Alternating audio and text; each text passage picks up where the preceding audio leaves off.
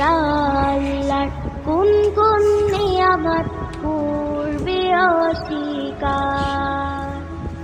সেখানে তাকাবে দেখবে শুধু তার নিয়ামত সম্ভার।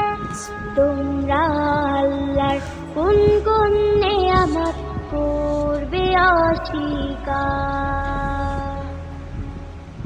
তিনি তোমাদের শিক্ষা দিয়েছেন আল কোরআন, আল কোরআন।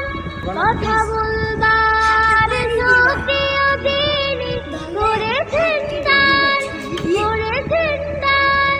সমস্ত সৃষ্টি তার চরণে রয়েছে মশগুল। কেবলই মাত্র মানুষই তাকে চিনতে করে ভুল।